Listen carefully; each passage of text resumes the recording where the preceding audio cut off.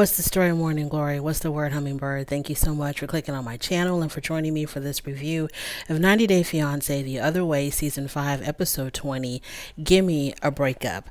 Let's get started with Johan and Danielle, because they were really going through it. So when we see Johan and Danielle, we pick up where we left off from last week, which was with them sitting around the Christmas tree. I think they were wrapping presents because they're going to do like a toy drive for the local kids. And they were in the middle of an argument about the status and the future of their relationship. So they were arguing about whether or not they need to continue on because, Danielle feels like she's the one that's holding the whole entire relationship down. She emasculates Johan by making him feel like he's not contributing enough. He can't support her financially. He doesn't have enough money, and she has to do just about everything.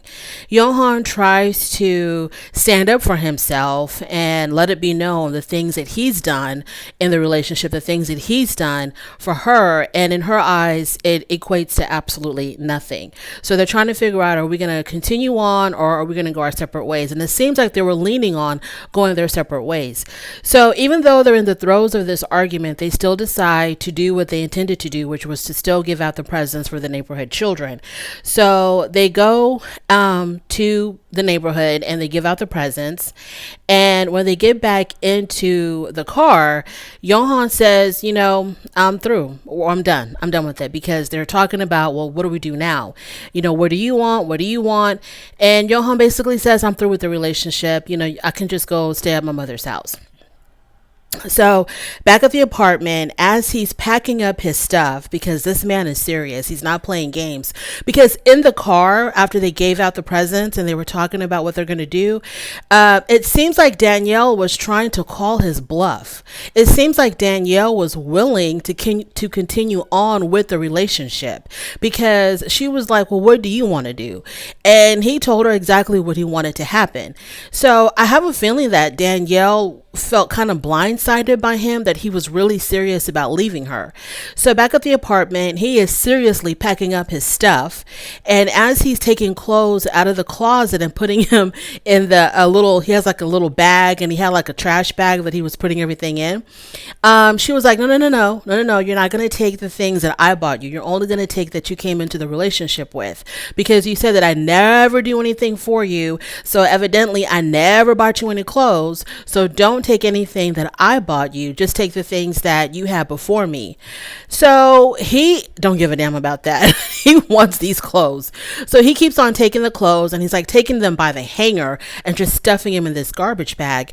And she's like, well, you can at least leave me the hangers. I need the hangers. And he's like, you know what? You can take your measly hangers. So he's able to take off the hangers, but he is going to take the clothes. And as he reaches over the bed to get the Yankees baseball caps that she had bought for him, she drew the line right there. And she was like, no, you're not taking the Yankee baseball caps. So he says, if I can't take the baseball caps, then I'm going to take the dog, because I paid for the dog. I bought the dog. So he goes into the living room, he grabs the dog, and this is where she starts chasing him, and she starts screeching like a hyena about, don't take my dog, don't take my dog. And he's like, get out of my way, trying to casually walk out without any incident with the dog that he bought and the clothes that she bought for him. She gets so hysterical. I didn't really see the exchange of her getting back the dog. I guess it was kind of violent and they didn't show it. I don't know, because one minute he's holding the dog and he's right there at the front door with his garbage bag of clothes, and he's about to walk out. The next minute she's holding the dog and she's throwing everybody out. Johan, the camera crew, everybody. And that was the end of the scene. And good riddance. This is exactly what needed to happen. I don't want to advocate for a marriage breaking up, but Johan and Danielle, they are not a good match. They are not a good match, because this woman resents him so much, and he resents her as well. She resents him because he's not the man that she imagined him to be. She wanted him to be like making all this money and taking care of her and providing for her, while she can, go on with her online yoga and chill and relax at the beach. But that's not what you meant. You didn't meet a man who had a whole bunch of money who could take care of you. You met a man who was struggling financially because he has an entire family to take care of. He could barely afford himself because he's taking care of everybody else. That's the type of man that you met. And even after they had got married, Johan still felt an obligation towards his family because he was the main breadwinner with his family. Now, in Danielle's eyes, he's a nothing. You don't do enough. You don't make enough money. Da, da, da. But in his family's eyes, he's everything because he was the one keeping the family afloat. So, like I said, I don't want to advocate for a marriage falling apart for any reason, but they resent each other too much. And he resented her because of the empty promises that she made about taking him to America, helping him with his papers, and then changed her mind, flipped the script on this man, and decided, no, we're not going to go to America. We're going to stay right here in the DR. Well, him staying in the Dominican was never his plan, especially, he's going to be married to an American woman. That was never his intention. He was going by the promises that she made, and he was already imagining his life in New York, and then she completely changed her mind at the last minute. She's like, no, we're going to do something else. We're going to stay here. And he tried to tell her life in the Dominican is not easy. It's a hard life. I don't think you're really ready for this. It's different when you're on vacation. When you got to live here day to day, it's a completely different story. She didn't want to hear it. She didn't want to listen to it. She complained nonstop about how he wasn't doing enough. When he did have plans, when he did want to make decisions, she poo-pooed all over them. She thought it was, oh, we're not going to do that. Oh, we're going to get the money for that. We're not going to. So here we are.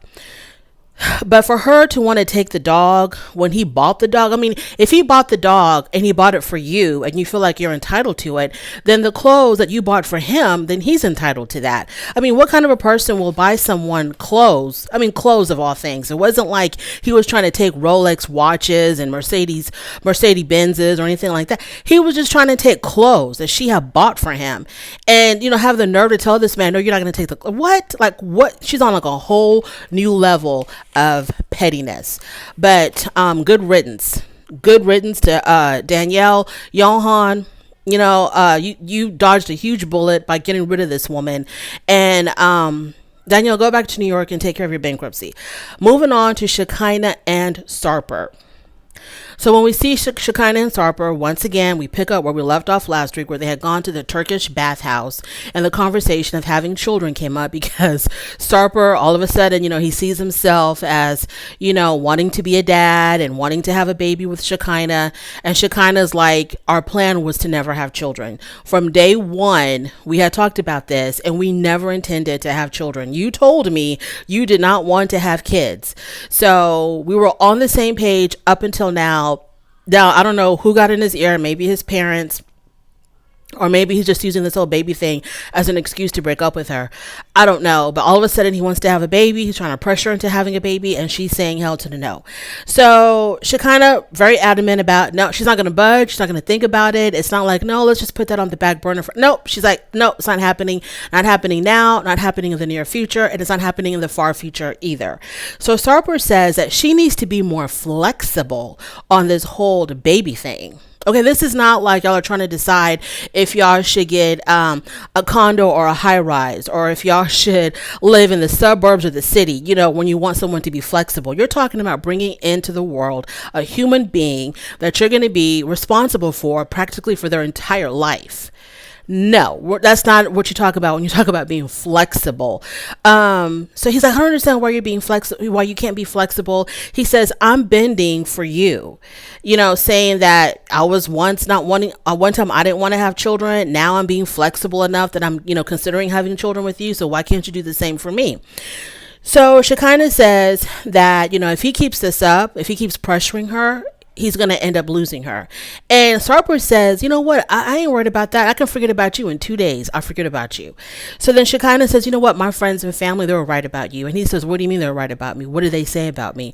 And Shekinah says, they told me that you were a mistake, that me moving here to be with you was going to be a huge mistake. And they were right, because it is a mistake. So I don't know what's going on with Sarper. I really don't know. But one thing I do know, he's very aggressive. He's very aggressive. He's aggressive in front of the cameras. I shudder to think how he is when the camera crew is not there. This man is extremely aggressive with his language, with his presence. I mean, everything about him is very aggressive. I mean, I worry about Shekinah. I really worry about her. And I'm glad that she's not bending on this baby thing because, she doesn't want to have a baby. She doesn't want to have a baby. And I'm glad that she's not willing to have a baby with him because she would be stuck with this man. And y'all, he's got some anger issues. He's got a problem with his temper and controlling his emotions. No, and he's calling her bluff. And she's like dead serious about, I'm out of here. I'm not going to do this with you. And her whole point more so is not the fact that he wants a baby and she doesn't. It seems like her whole issue with him is that he is pressuring her to do something that she does not want to do and giving her ultimatums. So we see her packing her stuff in the next episode and the teaser that they showed us. I truly, truly, truly hope that she is going to be on her way out of Turkey. Now, I keep thinking back to when she was still living in America, when she was making plans to come to Turkey, and she was telling her teenage daughter that she was hoping that her and Sarper's relationship was going to set a good example to her daughter on what a healthy relationship is. I keep thinking back to her saying that, her hoping that this was going to be an example for her daughter of a healthy, nurturing, loving relationship. And it's been anything but that, because this man is like emotionally abusive. He's very aggressive with her. And like I said, y'all, I can only imagine what happens when there's nobody around and it's just the two of them and he gets upset about something. Moving on to Wayne and Holly. So Wayne Jr. goes to see Wayne Sr., his father, and he needs advice because his wife, Holly, she is just itching to go back to America. He does not want her to leave, and he himself does not want to go to America. But she says she is through with the South African life.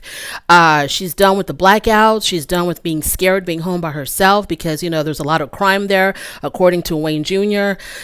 So his house has been broken in a whole bunch of times. So she doesn't feel safe. She's lonely and she's homesick. And so he goes to his dad for advice.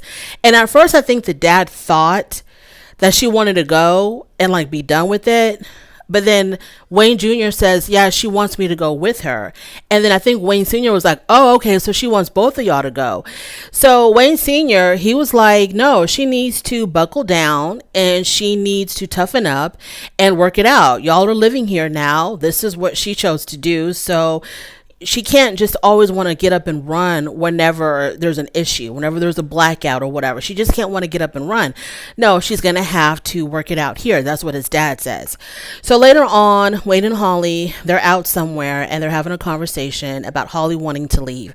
Wayne gives his whole speech about, I didn't get married just to get divorced. I didn't get married just for my wife to run back to America. I wanted to have a life with you here in South Africa. Holly says, she can't take it. And she's like, it's so we can just go back and be together in America. And he's like, it's easy for you to say because you have a support system over there. Your family takes care of you. What is Holly's deal? Why is she a grown woman having her family take care of her and her having no...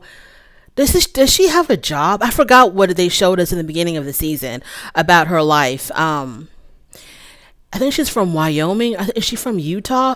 Does she have a job? Because he says, your family's going to take care of you, so it's easy for you just to run back. And he talks about the process of having to apply for a visa and how they're going to be apart for so long while they're waiting for the papers to come through.